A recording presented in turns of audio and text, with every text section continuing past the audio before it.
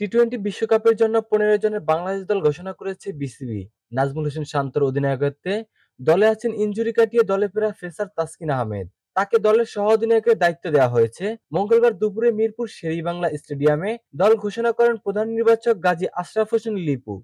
বিশ্বকাপ দলে তাসকিন আহমেদকে রাখা হলেও জায়গা হয়নি পেস অলরাউন্ডার মোহাম্মদ সাইফুদ্দিনের। অভিজ্ঞ মাহমুদুল্লাহ রিয়াদ, সৌম্য সরকার ও সাকিব আল হাসান এবং ওপেনিংয়ে তরুণ তানজিদ হাসান তামিমের উপর ভরসা রাখছে টিম ম্যানেজমেন্ট। পেস বোলিংয়ে মুস্তাফিজুর রহমানের সঙ্গে আছেন শরীফুল ইসলাম ও তরুণ তানজিম হাসান সাকিব। আর স্পিনারদের মধ্যে দলে জায়গা পেয়েছেন শেখ মেহেদী হাসান ও তানভীর ইসলাম। এক নজরে দেখে নেওয়া যাক বাংলাদেশের টি-টোয়েন্টি বিশ্বকাপের স্কোয়াড।